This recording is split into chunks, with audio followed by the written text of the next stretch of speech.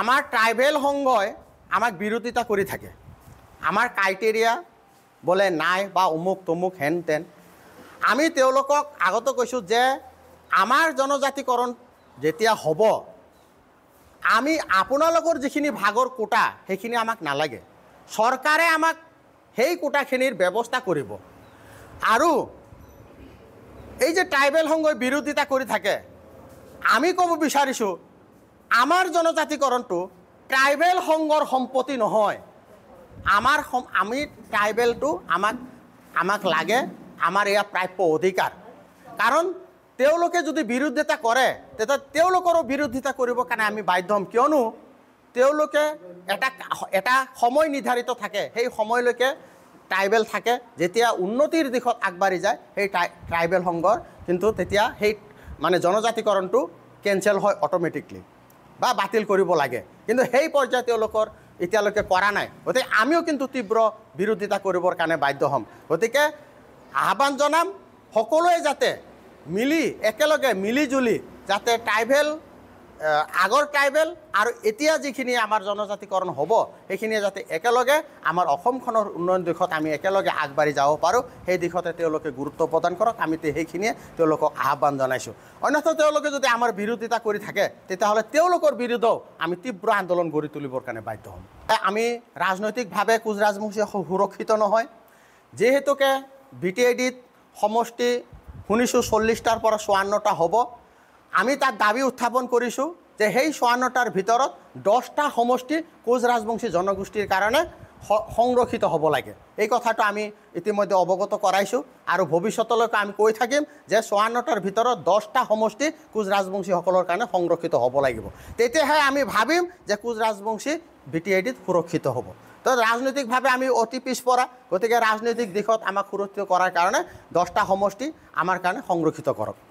তো ইয়াৰ পিছত আপোনালোকে যিটো এটা অবিভক্ত গোৱালপাৰা আৰু অবিভক্ত গোৱালপাৰাৰ বাহিৰৰ কোচ ৰাজবংশীসকলৰ মাজত এটা যিটো বিভেদৰ সৃষ্টি কৰিব বিচাৰিছে সেইখিনি যাতে আপোনালোকে নকৰে তাৰ কাৰণে কিন্তু আপোনালোকক আহ্বান জনাইছোঁ। অন্যথা কিন্তু অবিভক্ত গোৱালপাৰাৰ মানুহ, আমি যিখিনি কোচ ৰাজবংশী জনগোষ্ঠী আছোঁ, আমি কিন্তু হাত সাৱটি বহি নাথাকোঁ। এই কথাটো আপোনালোকক স্পষ্ট কৰি দিছোঁ। লগতে আপোনালোকে অবিভক্ত গোৱালপাৰাত কোচ ৰাজবংশীসকলক কণা হাঁহক পতান দিয়াৰ দৰে কমতাপুৰ অট'নমাছ কাউন্সিল দিছে, তাত আমি আগতে আদৰণি জনাইছোঁ। কিন্তু কথা হ'ল সেই অট'নমাছ কাউন্সিলত আজিৰ তাৰিখলৈকে সীমা নিৰ্ধাৰণ হোৱা নাই। 4খন জিলাৰ কিছু অংশলৈ কমতাপুৰ অট'নমাছ কাউন্সিল দিছে, ভাল কথা, কিন্তু আজি তাৰিখলৈকে সেইখন অট'নমাছ কাউন্সিলৰ সীমা নিৰ্ধাৰণ হোৱা নাই। গতিকে আমাৰ দাবী কম সময়ৰ ভিতৰত কমতাপুৰ অট'নমাছৰ সীমা নিৰ্ধাৰণ হ'ব লাগে।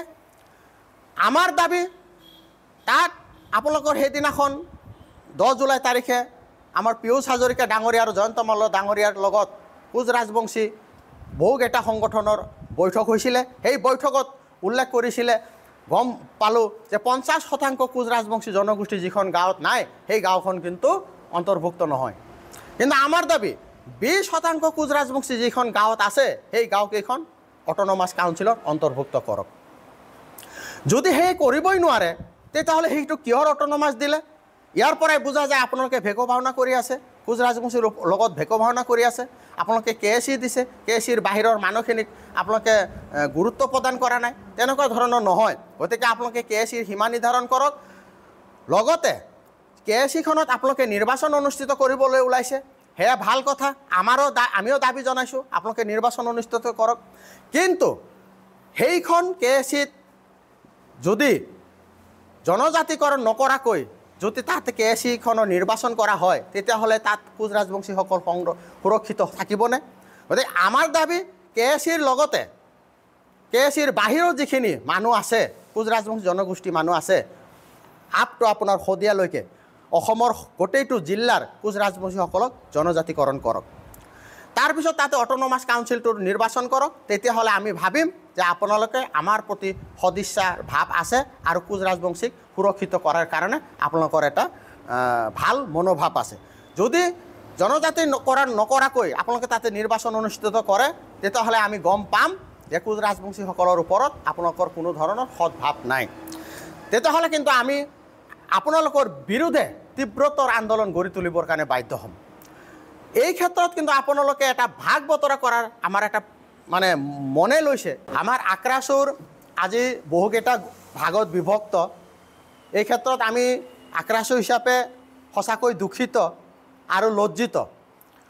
সেয়ে মই সকলো আক্ৰাসুৰসমূহ গোটকে আহ্বান জনাম, নিজৰ জাতিটোৰ স্বাৰ্থত, নিজৰ জনগোষ্ঠীটোৰ স্বাৰ্থত সকলো যাতে আমি একত্ৰিত মিলিত হৈ এটা গোট বনাই আমি সেই এটা গোটেৰে যাতে জাতিটোৰ যি আমাৰ প্ৰাপ্য অধিকাৰ সেইখিনি যাতে কাঢ়ি আনিব পাৰোঁ, তাৰ কাৰণে সকলোকে এক হ'বলৈ কাৰণে মই আহ্বান জনাম। চৰকাৰে হয়তো ভাগ ভাগ কৰাৰ এটা পৰিকল্পনা কৰিব, কাৰণ তেওঁলোকে ভাবে কোচ ৰাজবংশীসকল যদি একত্ৰিত হয় আজি অসমত আটাইতকৈ শক্তিশালী জনগোষ্ঠীটো হ'ব কোচ ৰাজবংশী জনগোষ্ঠী। আৰু যাৰ কাৰণে এই বিজেপি চৰকাৰখনে চক্ৰান্তমূলকভাৱে আমাৰ মাজত এটা ভাগ ভাগ কৰি আমাৰ শক্তিটো যাতে বহুত নহয়, আগবাঢ়ি নাযায়, আমি যাতে শক্তিশালী হ'ব নোৱাৰোঁ, তাৰ কাৰণে তেওঁলোকে ব্যৱস্থা কৰা বুলি আমাৰ অনুমান হয়। গতিকে মোৰ সতীৰ্থ বন্ধুসকলক আহ্বান জনাম, আপোনালোকে সেই ক্ষেত্ৰত প্ৰলোভিত নহ'ব। আপোনালোকে নিজৰ জাতিটোক যদি ভাল পায় সকলোৱে ওলাই আহক, আমি সকলোৱে একত্ৰিতভাৱে আমাৰ জাতিটোক আমি আগুৱাই লৈ যোৱাৰ ক্ষেত্ৰত গোটেইকেইটা গোট কম সময়ৰ ভিতৰত এক হৈ আমাৰ শক্তি দেখাই দিওঁ আৰু চৰকাৰক বাধ্য কৰাওঁ যে আমাক কোচ ৰাজবংশীসকলক জনজাতিকৰণ দিব লাগে। অন্যথা আমি অসমখন যে স্তব্ধ কৰিব পৰা ক্ষমতা বা আমাৰ শক্তি যে আছে সেইখিনি আমি দেখুৱাই দিবৰ কাৰণে বাধ্য হ'ম। অসম চৰকাৰ আৰু ভাৰত চৰকাৰে আমাৰ এই কোচ ৰাজবংশী জনগোষ্ঠীটোক বহু দীৰ্ঘদিন ধৰি ঠগি আহিছে। আগতে কংগ্ৰেছ চৰকাৰে আমাক বহু বছৰ ঠগিলে, তাৰপিছত বিজেপি চৰকাৰে আমাক প্ৰতিশ্ৰুতি দিলে যে যদি বিজেপি চৰকাৰ আহে কোচ ৰাজবংশীসকলৰ সৰ্বাংগীন দিশত উন্নয়ন হ'ব, লগতে তেওঁলোকৰ জনজাতিকৰণটো হৈ যাব। কিন্তু দুখৰ বিষয়, আমি ইমান দিন আন্দোলন কৰি অহাৰ পিছতো আজি তেওঁলোকে কিন্তু আমাক জনজাতিকৰণটো প্ৰক্ৰিয়া একো আগে নবঢ়ালে। তো তেওঁলোকে প্ৰতিশ্ৰুতি দিছিল যে বিজেপি চৰকাৰখনে যদি বিজেপি চৰকাৰ গঠন কৰিব পাৰে তেতিয়াহ'লে 6 মাহৰ ভিতৰত কোচ ৰাজবংশীসকলৰ জনজাতিকৰণ কৰা হ'ব। কিন্তু আজি চাওক আপোনালোকে, আজি 2 বছৰ 2 কাৰ্যকাল তেওঁলোকৰ শেষ হৈ গ'ল, কিন্তু আজিলৈকে কিন্তু কোচ ৰাজবংশীসকলৰ জনজাতিকৰণ নহ'ল। তো আমাৰ কথা, আমি কি গোটেই বছৰ আন্দোলনৰ নামত আন্দোলন কৰিয়ে থাকিম নেকি? আমাৰ প্ৰশ্ন বিজেপি চৰকাৰখনক, আপোনালোকে আমাক জনজাতিকৰণ দিব নে নিদিয়ে আপোনালোকে স্পষ্ট কৰিব লাগে। যদি দিয়ে অতি শীঘ্ৰে দিব লাগে, আৰু যদি দিব নোৱাৰে তেতিয়াহ'লে আপোনালোকে নিদিওঁ বুলি ঘোষণা কৰিব লাগে। তাৰপিছত আমি কি কৰিব লাগে সেয়া আমি কৰি যাম।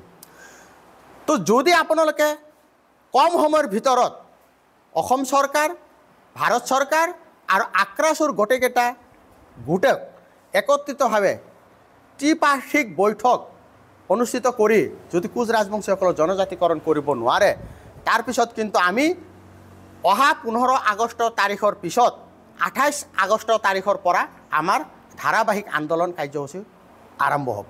28 আগষ্টটো আমাৰ প্ৰতাৰণা দিৱস, আমি সদায় প্ৰত্যেক বছৰ কলা দিৱস হিচাপে পালন কৰি আহোঁ।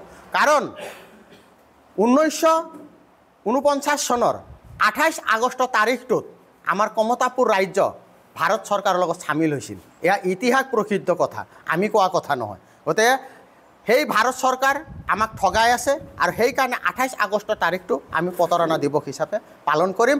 তাৰ পিছৰ পৰাই কিন্তু আমি ধাৰাবাহিক আন্দোলন কৰিবৰ কাৰণে বাধ্য হ'ম। চৰকাৰে ভাবুকি প্ৰদান কৰিছিল যে আন্দোলন কৰিব নোৱাৰিব, আৰু নিজৰ প্ৰাপ্যৰ কাৰণে আমি নিজে আন্দোলন কৰিম। আন্দোলন কৰা গণতান্ত্ৰিক দেশত ৰাজতন্ত্ৰ চলাই আছে যে আমি আন্দোলন কৰিব নোৱাৰোঁ, এইটো কেনেকুৱা ধৰণৰ কথা? গতিকে আমিও দেখাই দিম 28 আগষ্ট তাৰিখৰ পৰা। পুনৰাই আমি 28 তাৰিখৰ পিছত আমি ধাৰাবাহিক গোটেই অসমত লগতে দিল্লীত আমি আন্দোলন কাৰ্যসূচী ল'ম। আমি কি আন্দোলন কাৰ্যসূচী ল'ম সেইখিনি 28 আগষ্ট তাৰিখে আপোনালোকৰ সংবাদ মেলৰ জৰিয়তে পুনৰাই আমি অৱগত কৰাম।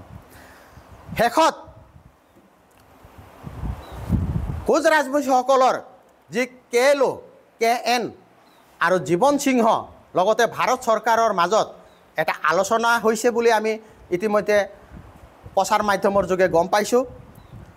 সকলো প্ৰস্তুতি হৈ গৈছে, মাত্ৰ আনুষ্ঠানিকতাহে বাকী আছে গতিকে আমি এই ক্ষেত্ৰত ভাৰত চৰকাৰ আৰু KLOKN-ৰ সকলো সদস্যক কোচ ৰাজবংশী ছাত্ৰ সন্থাৰ তৰফৰ পৰা আদৰণি জনাইছোঁ তেওঁলোকে শান্তি চুক্তিত অহাৰ কাৰণে কাৰণ আমি শান্তি বিচাৰোঁ আমি আন্দোলন কৰিম আমি গণতান্ত্ৰিক দেশৰ নাগৰিক আমি গণতন্ত্ৰক বিশ্বাস কৰোঁ আৰু যাৰ কাৰণে আমি গণতান্ত্ৰিকভাৱে আন্দোলন কৰি আমাৰ যি প্ৰাপ্য সেই প্ৰাপ্য আমি ডিঙি চেপি হ'লেও আদায় কৰিবৰ কাৰণে বাধ্য হ'ম গতিকে আপোনালোকে যি অস্ত্ৰ ত্যাগ কৰি শান্তি চুক্তিত আহিছে তাৰ কাৰণে আমি আপোনালোকক বহুত বহুত ধন্যবাদ জ্ঞাপন কৰিছোঁ লগতে সদৌ কোচ ৰাজবংশী সন্থাৰে আদৰণি জনাইছোঁ ভৱিষ্যতে আপোনালোকে কোচ ৰাজবংশী ছাত্ৰ সন্থাক সহায় কৰি যাওক যাতে আমি আমাৰ আন্দোলনৰ জৰিয়তে আমাৰ যি প্ৰাপ্য জনজাতিকৰণ আৰু সমতাপুৰ ৰাজ্য পুনৰ উভতাই আনিব পাৰোঁ তাৰ কাৰণে সকলোৱে আমাক সহায় সহযোগিতা কৰিব